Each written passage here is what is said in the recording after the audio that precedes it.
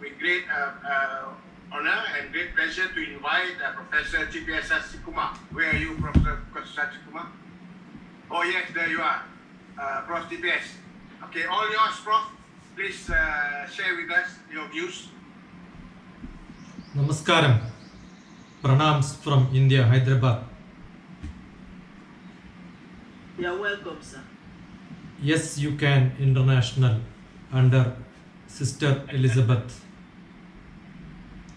Many conferences, discussions covering large number of people on transformational relationship, leadership. So when the invitation came, I was asking my sister, what should I speak now? Right. So I was asked to, or given a hint on the attitude towards people.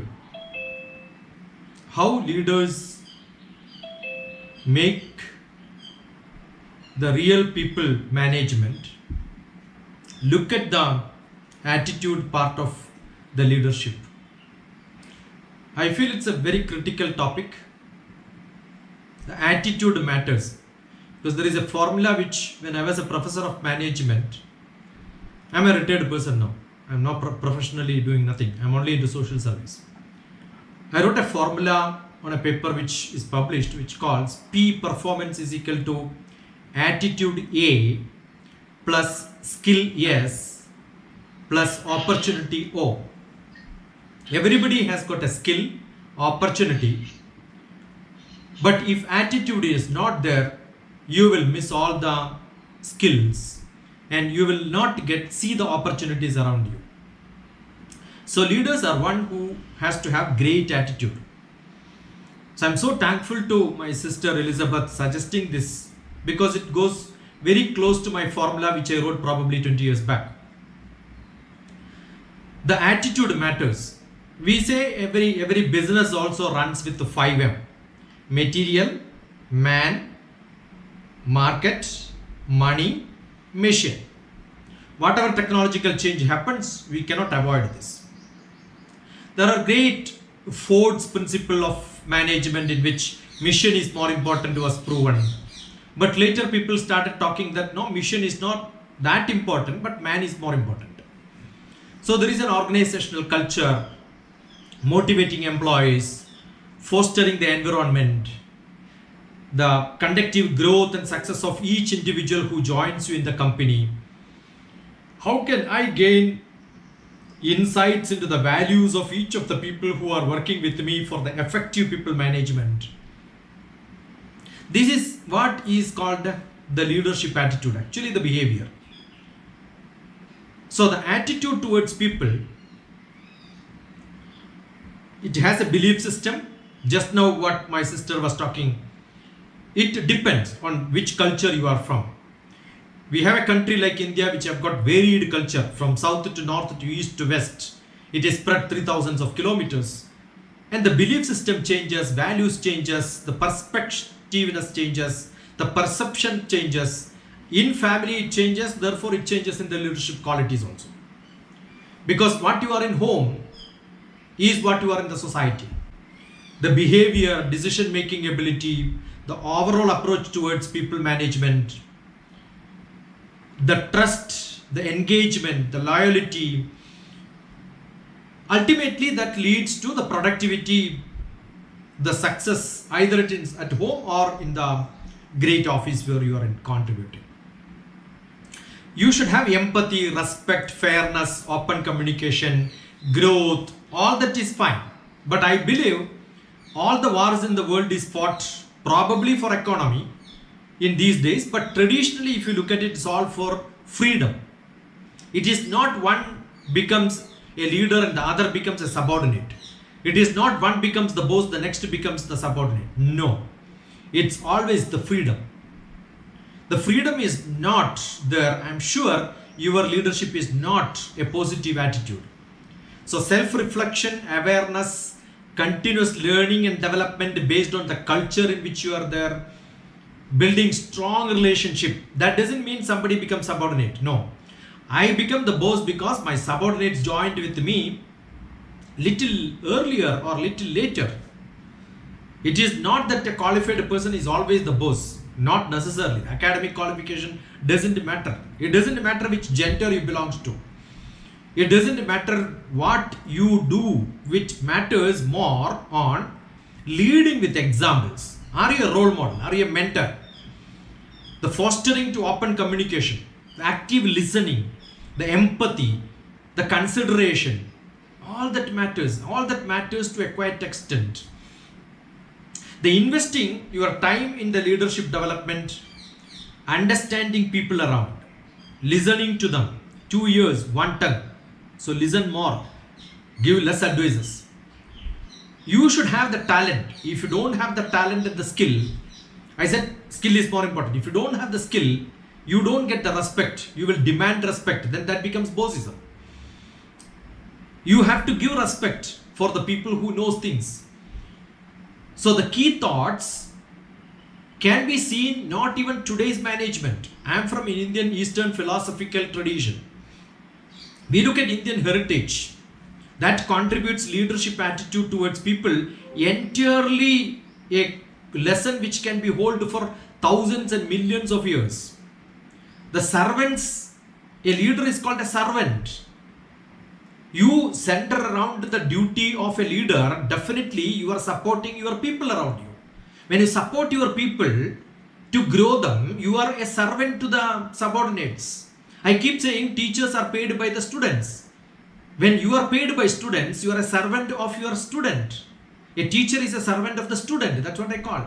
We have a kingdom in Kerala. I am from the southernmost southeast corner of Kerala, in which we have got a small state which is called Kerala. The king himself called him as the servant of God. He changed. He was never wanted to call the Lord. In India, we don't call God Ishvara as Lord, L-O-R-D. Lord is a bossism. Lord is like a king. By mistake, most of the people use the word Lord Krishna. I heard the lecture. I don't. Because Lord is a term in English which has got a different terminology from the God. God is somebody who controls. But he is not controlling with the power. He is controlling with the serving. He is a servant of people, right? We have got a Guru Shishya Parampara, the master and the student, the mentor and the mentee, in which the mentor is not the boss of the mentee. They are supportive. They give wisdom. They give values. They follow them. Looking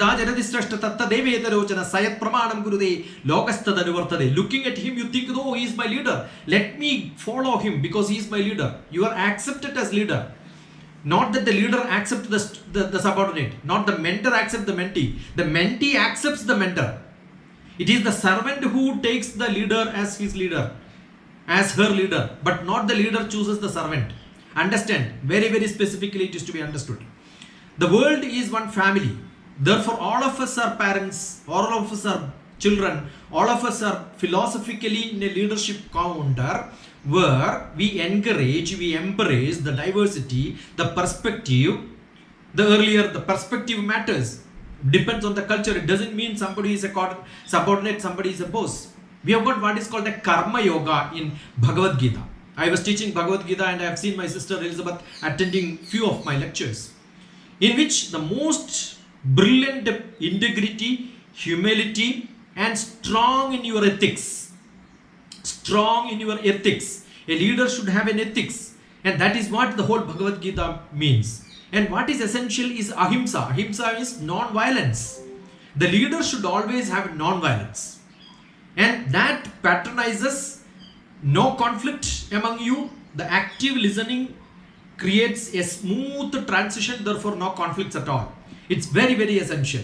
If you look at the mythology in Bharatheeya Shastra, India, Bharata is much bigger than India. India is a small partitioned world around the big Bharat, where we have got from Rome to Malaysia. Every part of the Southeast Asian was part of Bharat.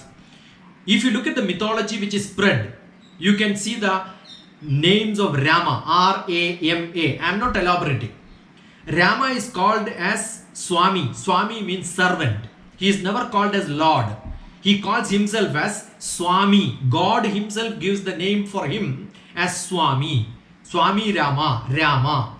Rama is the embodiment of the ethics and dharma. Dharma is what is to be prevailed by him to show that he has got the whole people around him as chain to be connected, and he is only the pulley which connects. He is only the thread that connects all the people around.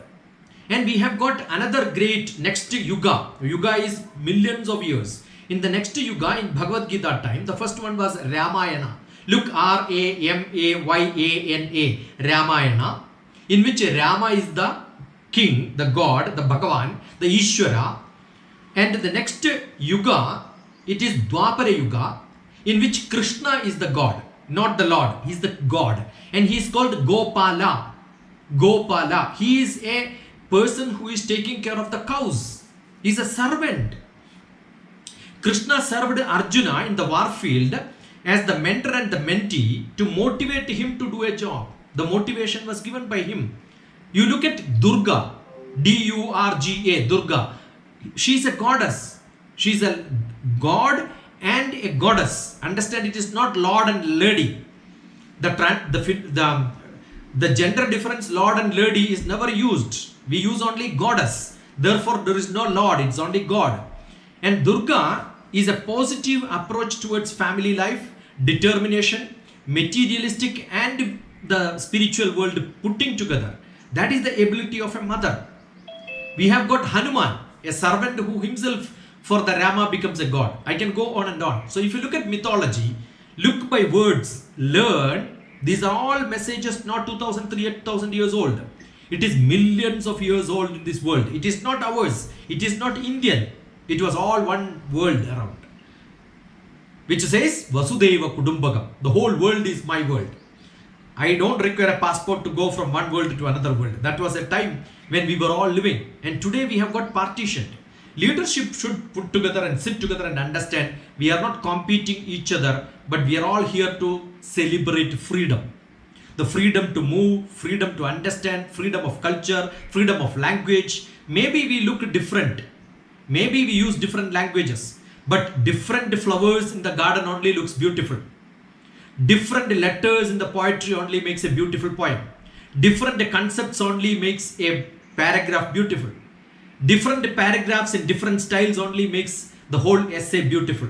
So I'm sure we should celebrate these differences but the unity in the difference. This is what I want to submit today. Thank you for giving this opportunity and listening to me. Pranams and namaskaram to all of you. Thank you so much, thank you so much, thank you so much. Oh my God, I know my mentors. When they drop it, it's like dropping a tablet in your heart. Another new wisdom for you to move on.